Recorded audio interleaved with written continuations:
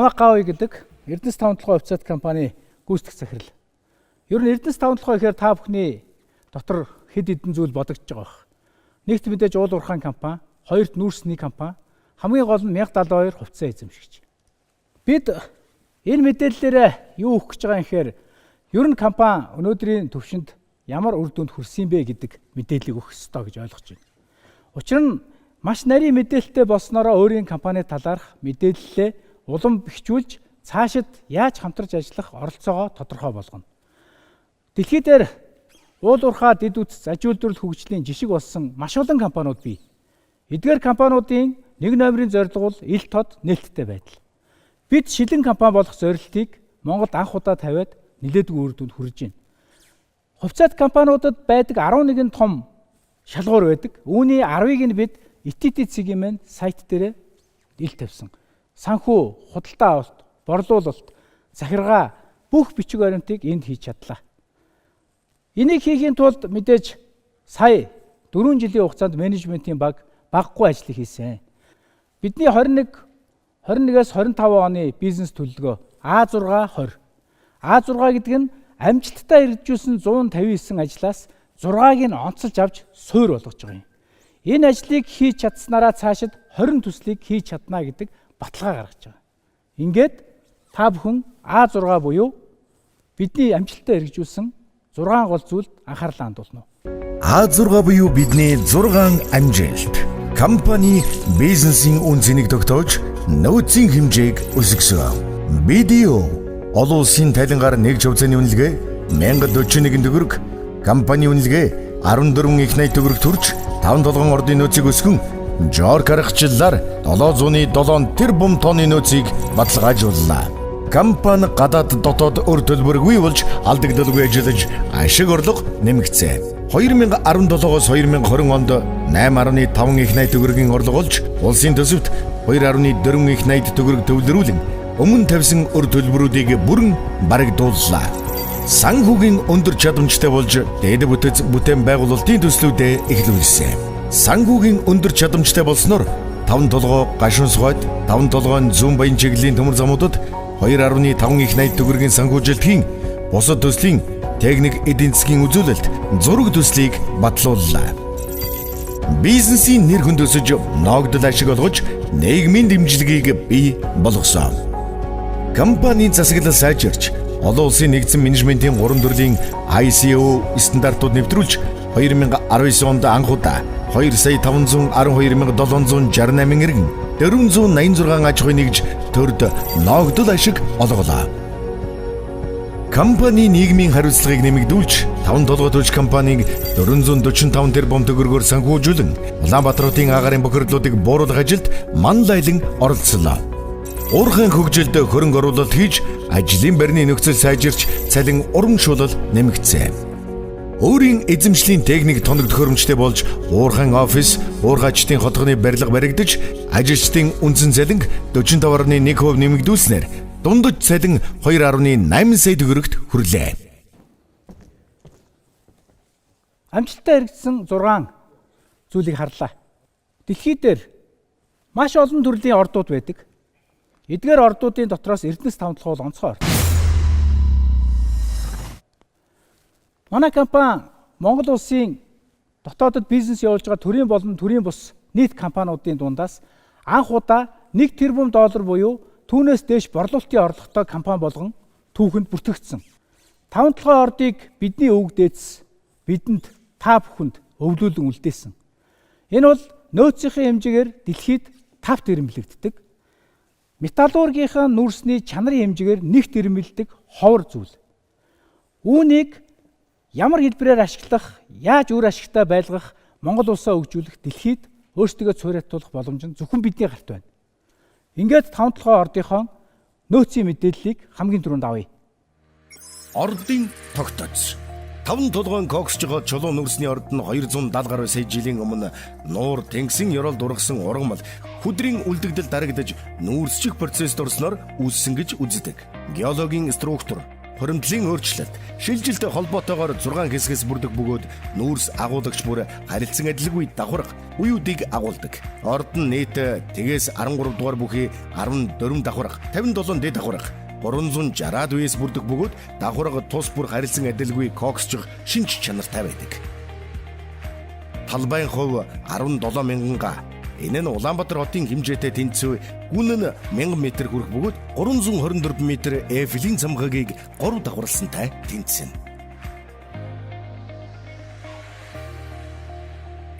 Ордын нөөц.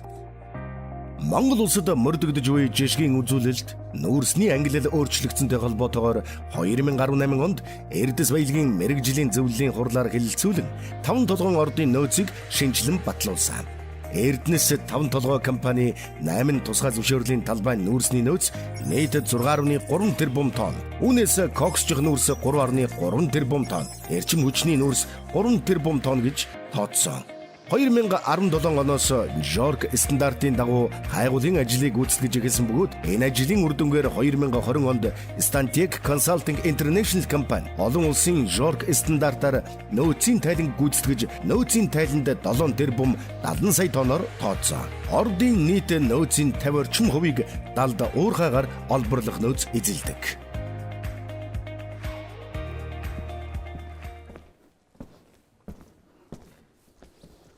За ийм нөөцтэй ховор орд байна. Үүнийг яаж бүтээгдэхүүн болгож борлуулах вэ? Тэхийн тулд бидэрт олборлолт хэрэгтэй. Өнөөдөр Эрдэнэс 5 толгой буцаад компани 3 орд ажиллаж байна. Эдгээр ордуудын үйл ажиллагаа цаашд улам өргөжих ёстой. Олборлолтын хэмжээ төлөвлөсөн техник эдийн засгийн үндэслэлийн хүчин чадал хүрэх ёстой.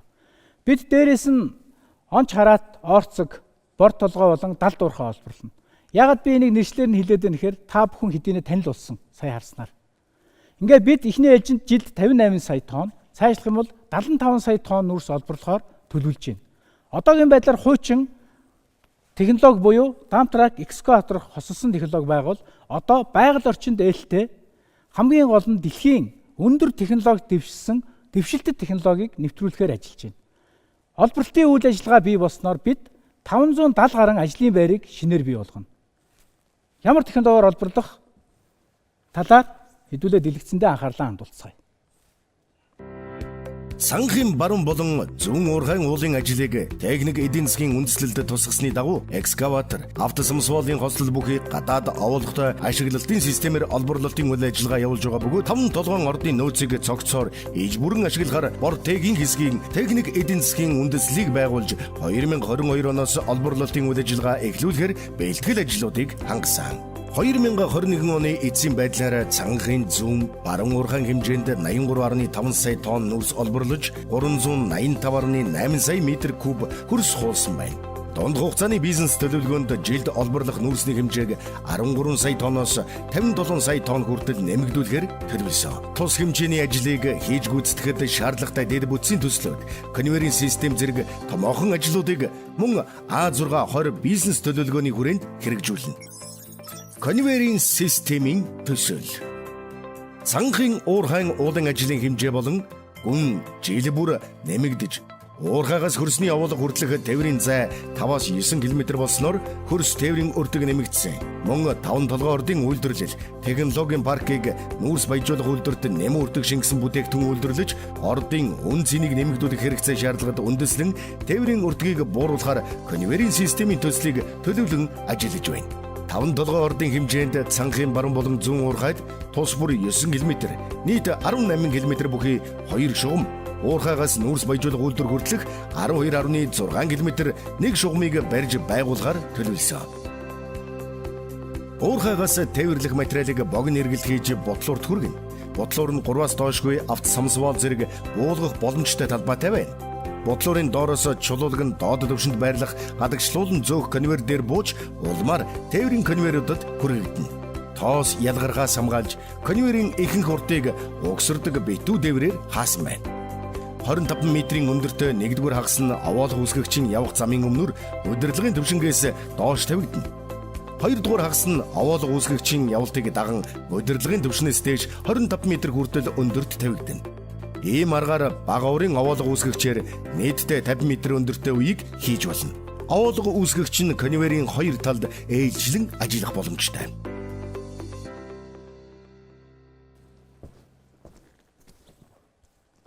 За нөөцөө харчлаа. Ямар технологиор олборлохооч харчлаа. Ер нь уул уурхайн бизнес бол тэр чигээр логистикийн бизнес байдаг. Тэр ч удаараа төмөр зам автозам гэдэг бол бидний хамгийн гол бизнесийн гүүр. Эрдэнэс тавталгай хувьцаат компани түрүү өмнө нь хэлсэн бид хоёр төслөө хэрэгжүүлээд энэ жил хүлээж авахд бэлэн боллоо. За энэ бол мэдээж тавталгай гашуун сухатын төмөр зам. Энэ бол 9.5% IRR буюу төслийн өөрийн дотоодын өгөөчтэй ийм ашигтай төсөл. Тавталгай зүүн баянгийн төмөр зам. Энэ бол 8.9% IRR буюу дотоодын өөрийн өгөөчтэй ийм төсөл. Зүүн баянгийн төмөр зам бол ялангуяа Монголын нийт төмөр замын төв магистралтай холбогддог учраас импорт экспортын маш том стратегийн ач холбогдолтой эдийн засгийн гүүр гэж ойлгож болно. За үүн дээр нэмэгдээд 5 толгой гашуун сухатын чиглэлийн хүнд даацын автозам. Дээрээс нь 5 толгой ханги мандал чиглэлийн 400 гаруй км автозам. Ингээд эдгээр автозамууд бий болсноор бид тээвэрлэлтийн асуудлыг бүрэн шийднэ. Төмөр зам болон логистикийн мэдээлэлтэй танилцъя. Анхаарлаа хандуулна.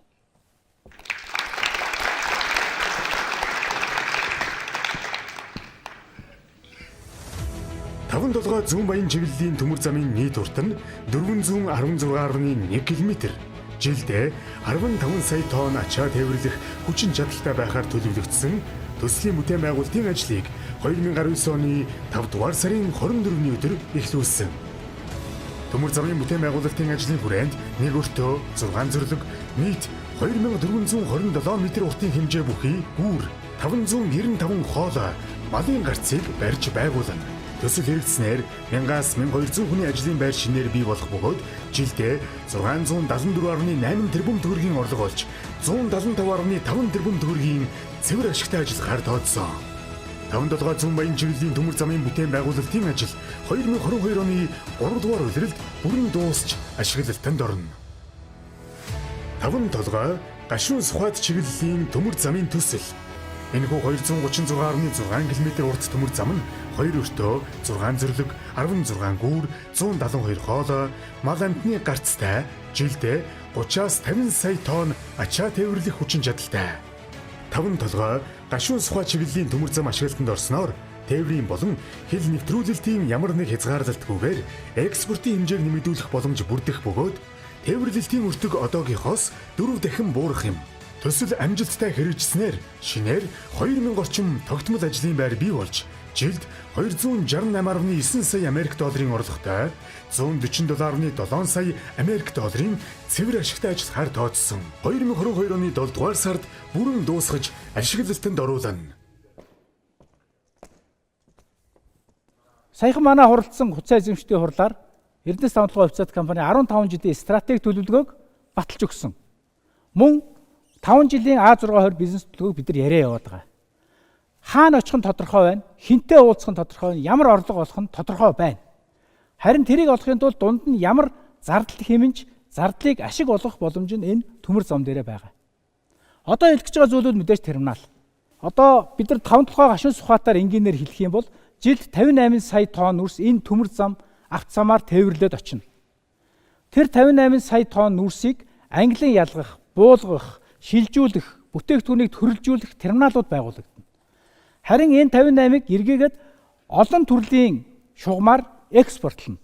Дээрээс нь жолоочгүй машин буюу шинэ технологи бий болж байна. Хүний хавтлаас аль болох зайлсхийсэн бизнесийн харилцаанд орж байна. Дэлхий яаж хөгжиж байна, бизнес яаж хөгжиж байна, бид дагаж хөгжих ёстой. Ингээд ер нь терминалын талаарх мэдээллийг хэдүүлээд дэлгэцнээс харъя. Анхаарлаа хандуулна. 30 га талбайд байгуулсан Чингэлэг тээврийн терминал нь 5 толгойн урдаас 246.6 км, бүгд найрамдах Хятад ард улсын хилээс 1.6 км зайтай байрлаж байна.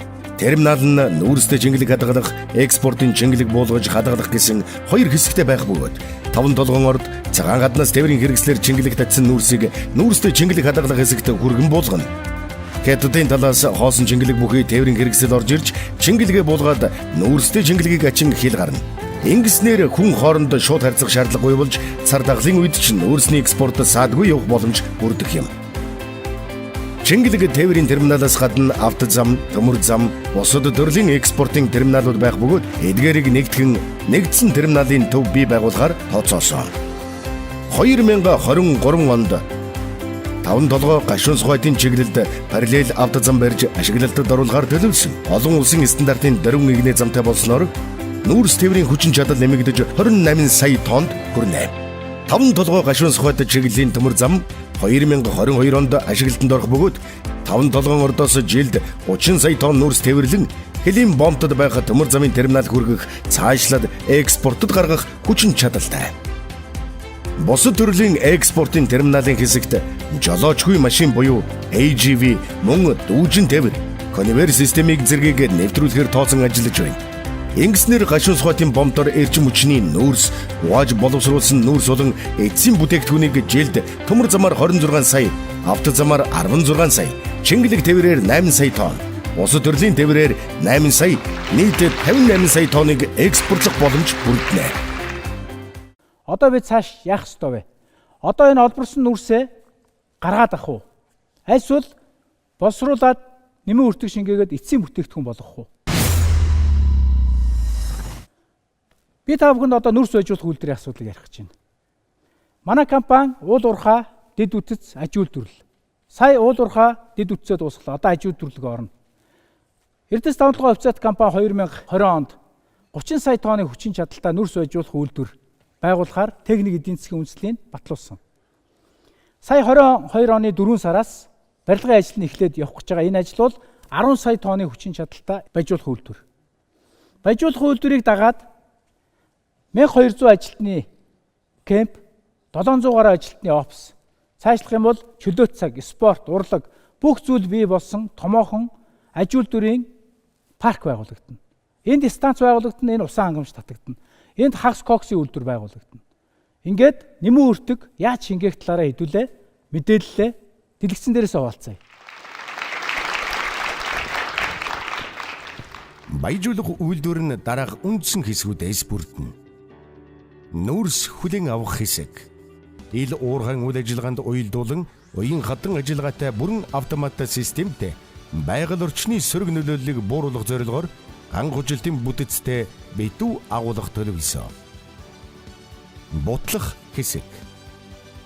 Агуулгаас ирсэн 300 мм ширхэгдэлтэй түүхийн нүрсийг нэг шатны бутлалтаар 50 мм хүртэл буталж туузан конвейераар нүүрс байжуулах үндсэн үйлдвэр рүү тижээнэ.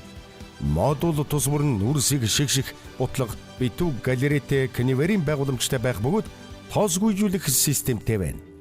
Нүүрс байжуулах үйлдвэрийн үндсэн байжуулах хэсэг нь том ширхэгтэй нүүрс байжуулах хүнд орчны циклоны дамжуулга нь 2 шатны хүнд орчинд байжуулах циклон, бүтээгдэхүүнийг хүнд орчноос салгах шигшүүр, усгүйжүүлэх центрифуг, магнетитик буцаан авах хэсгүүдээс бүрдэнэ.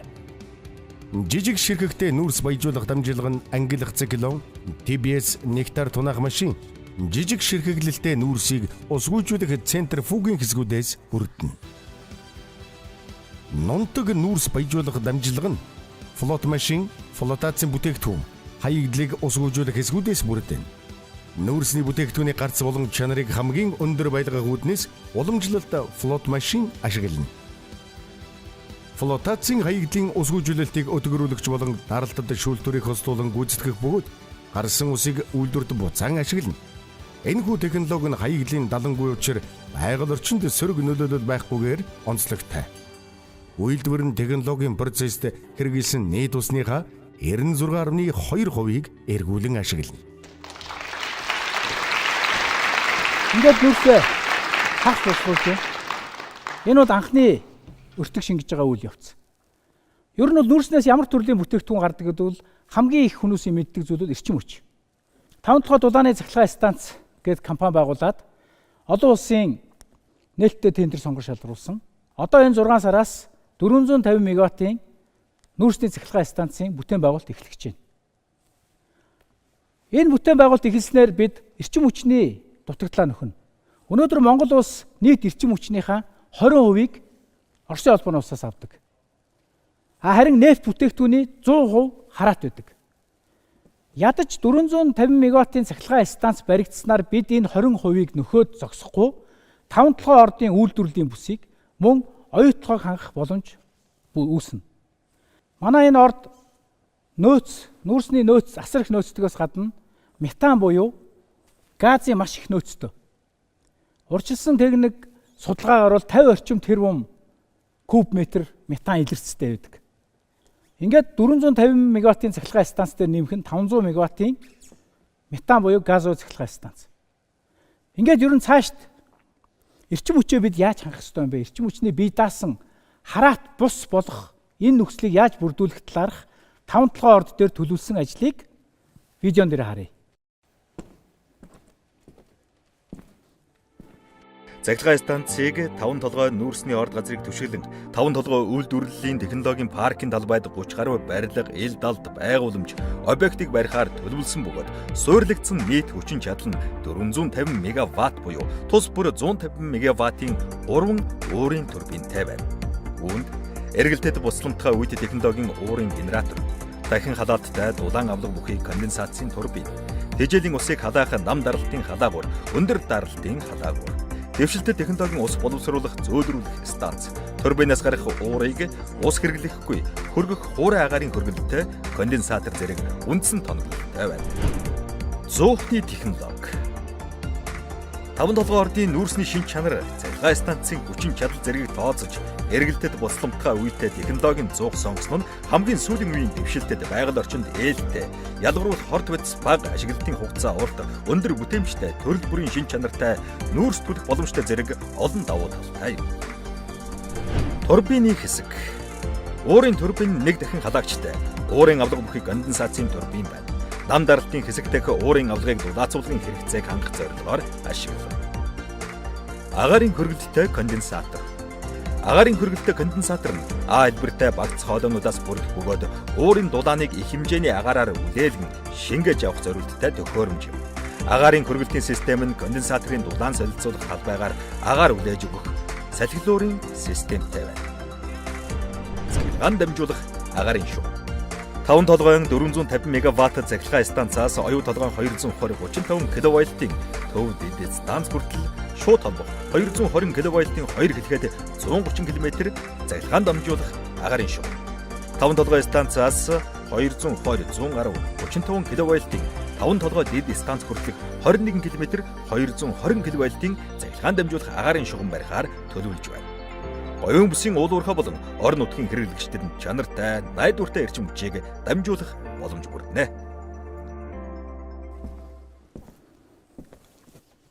Өөрөөр хэлбэл бид эрчим хүчний хувьд, нефт бүтээгдэхүүний хувьд бусад орноос хараат ус болж иж бие даасан томоохон хөгжил рүү зорих боломжтой болно. Энэ бол Монгол улсын засгийн газрын батлуулсан Алсын араа 2050. Алсын араа 2050 хөтөлбөр бол урт хугацаанд харж чадсан.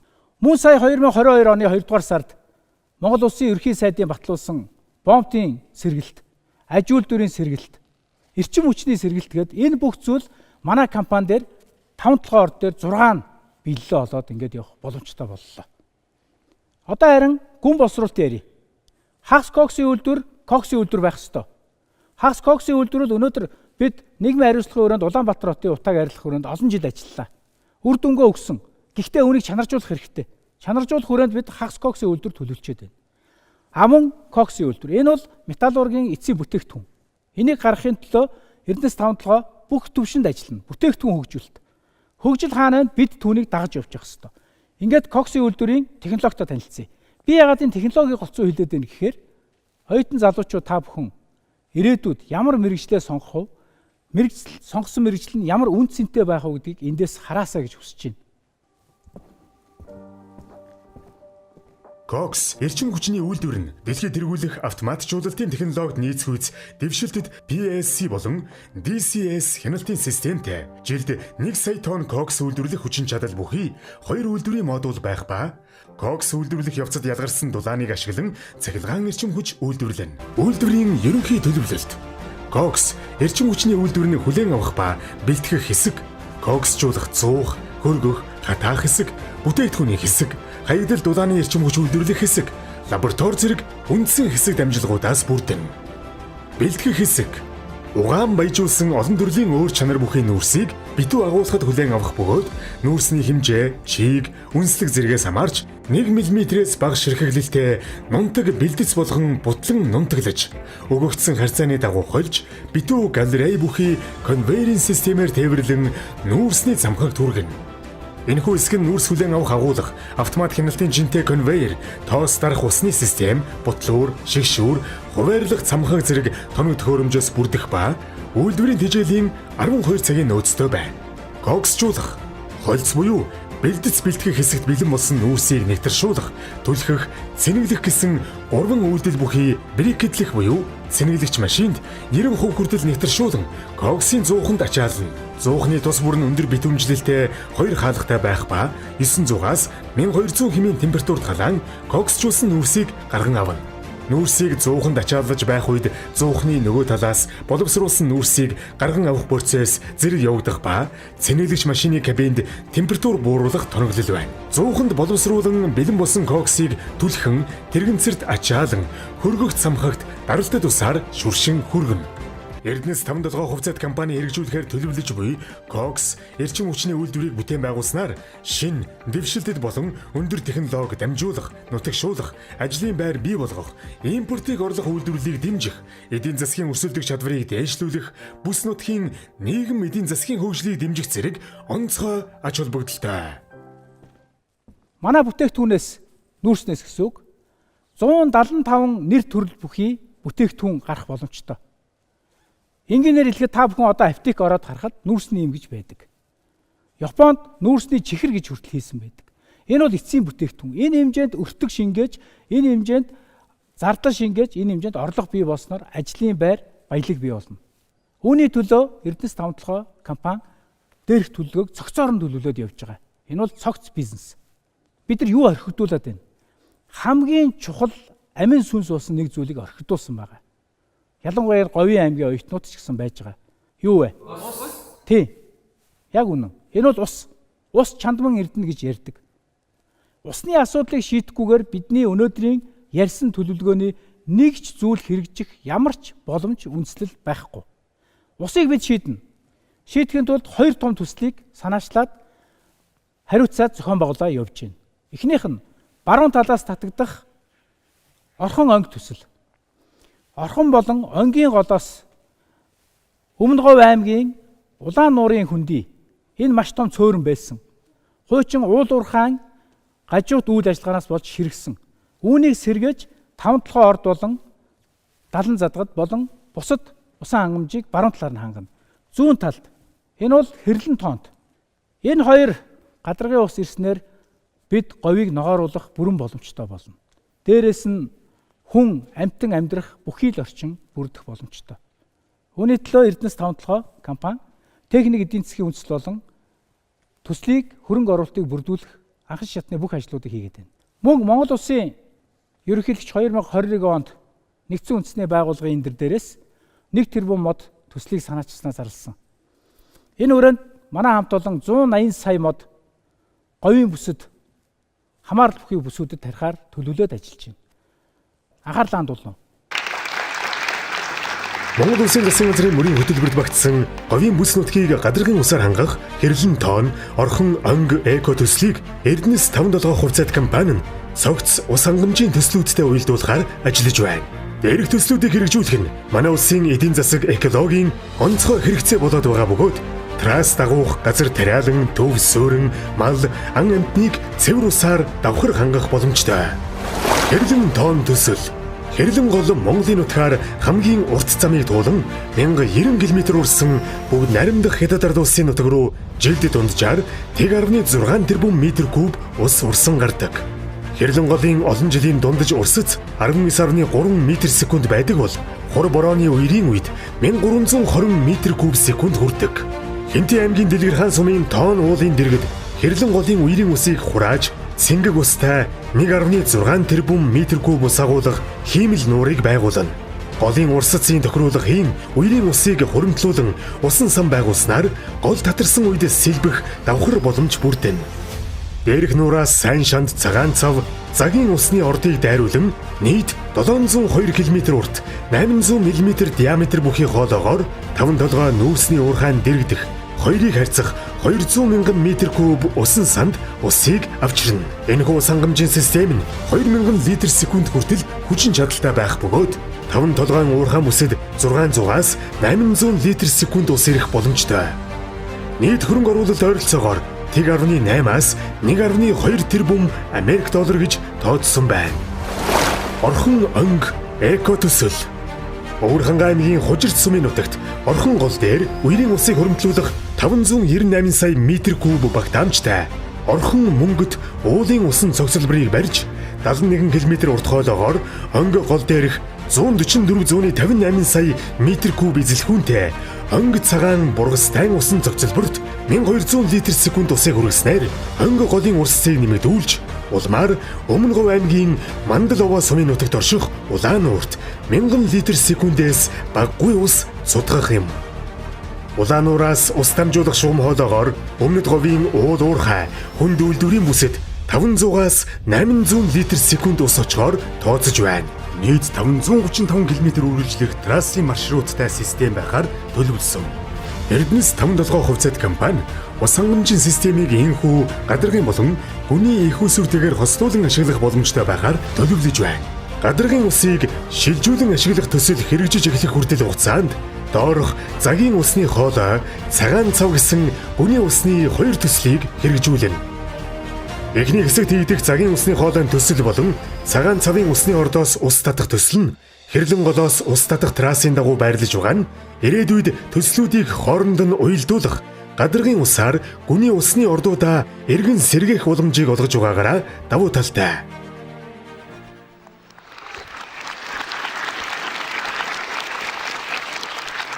Ус чанармын эрдэнэ усны асуудал шийдэгчэд өөр энэ төсөлд дутагдах зүйл байхгүй.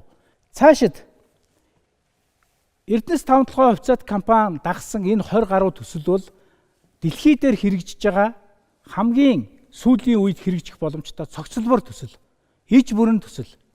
Энэ төмөр зам дагсан хүнд хөнгөн үйлдвэр, бусад бүх төрлийн бизнесүүд энд хамаарж байгаа. Энэ цогцлбор төсөл бий болсноор эцсийн зорилго нь манай хувьцаа эзэмшигч буюу 1072 хувьцаа эзэмшигч иргэдийн ашиг хүртэх асуудлыг л энд хүндэх гэж явж байна.